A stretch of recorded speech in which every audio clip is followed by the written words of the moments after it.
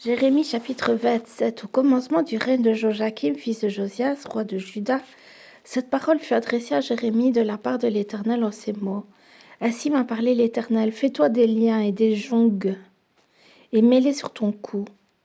Envoie-les au roi d'Édom, au roi de Moab, au roi d'enfants d'Ammon, au roi de Tyr et au roi de Sidon par les envoyés qui sont venus à Jérusalem auprès de Sédécias, roi de Juda, et à qui tu donneras mes ordres pour leur mettre, en disant, ainsi parle l'Éternel des armées, le Dieu d'Israël, voici ce que vous direz à vos maîtres.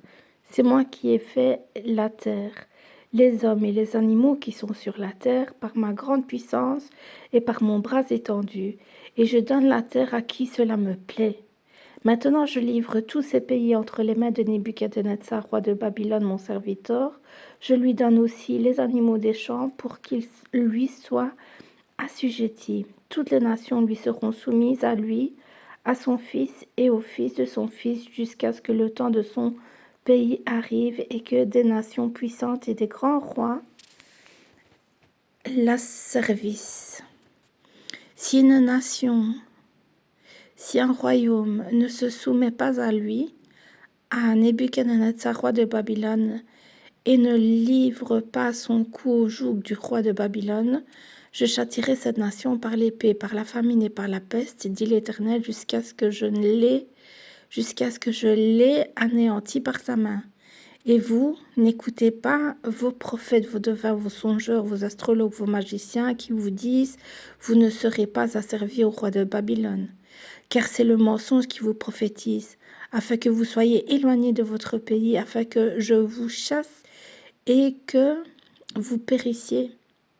Mais la nation qui pliera son cou sous le joug du roi de Babylone et qui lui sera soumise, je la laisserai dans son pays, dit l'Éternel, pour qu'elle le cultive et qu'elle y demeure.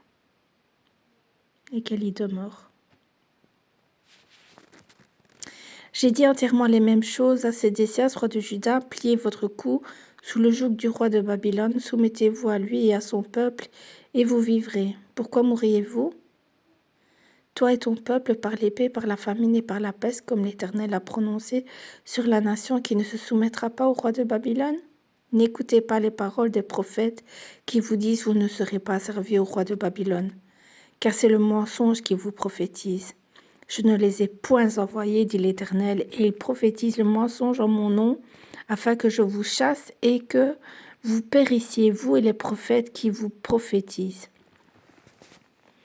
J'ai dit aux sacrificateurs et à tout ce peuple, assis par l'Éternel, n'écoutez pas les paroles de vos prophètes qui vous prophétisent, disant, voici les ustensiles de la maison de l'Éternel sera bientôt rapportés de Babylone.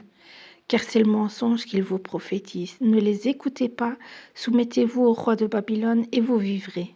Pourquoi cette ville deviendrait-elle une ruine? S'ils sont prophètes, et si la parole de l'Éternel est avec eux, qu'ils intercèdent auprès de l'Éternel des armées pour que les ustensiles qui restent dans la maison de l'Éternel, dans la maison du roi de Juda et dans Jérusalem ne s'en aillent point à Babylone.